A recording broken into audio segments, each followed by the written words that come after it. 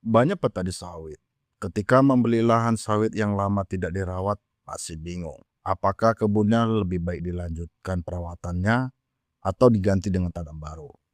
Karena kalau salah keputusan, biaya pupuk, perawatan, dan tenaga kerja bisa habis. Tapi hasilnya tidak naik. Kondisi kebun sawit lama biasanya semak, pelepah tidak teratur, dan produksi menurun.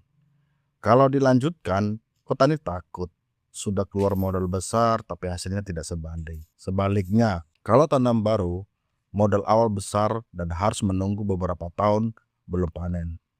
Masalahnya, banyak petani tidak mempunyai dasar teknis untuk mengambil keputusan ini. Ini 5 hal yang wajib dilakukan pengecekan sebelum memutuskan dirawat atau direplanting tanam baru.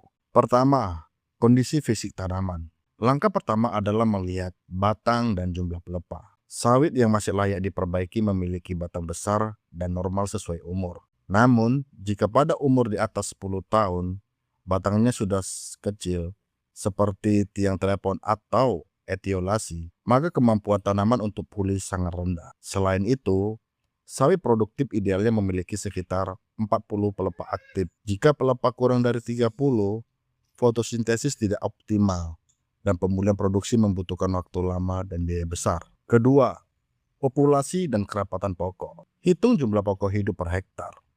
Jika banyak pokok mati dan lahan bolong-bolong, penyisipan pada sawit tua tidak dianjurkan karena tanaman muda akan kalah cahaya dan tumbuh tidak normal. Jika jarak tanam terlalu rapat, meskipun dipupuk dengan baik, produksi tetap tidak maksimal. Pada kondisi populasi rusak atau jarak tanam tidak ideal, replanting lebih rasional. Ketiga, umur tanaman. Produksi puncak sawit terjadi pada usia 15 sampai 17 tahun. Setelah umur 20 tahun, produksi mulai turun.